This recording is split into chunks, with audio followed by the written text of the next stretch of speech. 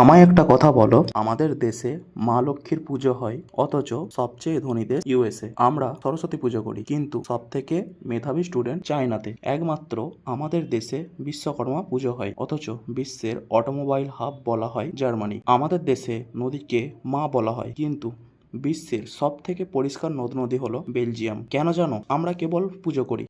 যদি পুজো করেই সব পাওয়া যেত, তাহলে সব থেকে ধনী, সব থেকে শিক্ষিত, সব থেকে উন্নতি জাতি আমরাই হতাম। সমস্যাটা কি জানেন? আমরা কাজ করি না, আমরা শুধু পুজো করি। কোনো দেশ এত কুসংস্কার নেই যতটা আমাদের দেশে আছে। আমরা রামকে পুজো করি, কৃষ্ণকে পুজো করি, কিন্তু তাদের কাছ থেকে কিছুই শিখিনি। রাম এসেছিলেন আমাদের মর্যাদা শেখাতে, কৃষ্ণ এসেছিলেন আমাদের প্রেম এবং কূটনীতি শেখাতে।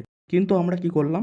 তাদের মূর্তি করে মন্দিরে বসিয়ে দিলাম। কৃষ্ণ শেখালেন কর্মই পূজা, কিন্তু আমরা বলি পূজাই কর্ম। ভাই, রামায়ণ মহাভারত আমাদের অনেক কিছু শেখায়, কিন্তু আমরা তাকে মন্দিরে রেখে পুজো করি। আমরা সেগুলোকে পবিত্র ভগবান বলে পড়া কেন ছুঁয়ে পর্যন্ত দেখি না। কারণ উন্নত দেশগুলির মতো আমাদের সেই ডিসিপ্লিনটাই নেই। লোক সাথে গণেশের পুজো করে, কিন্তু জানে না এনাদের একসাথে পুজো করা হয় কেন। লক্ষ্মী অর্থ এবং সমৃদ্ধির প্রতীক, এবং গণেশ বুদ্ধি ও বিবেকের প্রতীক। সিম্পল মেসেজ ছিল, সমৃদ্ধির সাথে বুদ্ধির প্রয়োজন। না হলে সঠিক যদি তোমার শিক্ষা না থাকে, মানি ম্যানেজমেন্ট না করতে পারো তুমি, তাহলে তোমার সমৃদ্ধিও বেশি দিন থাকবে না।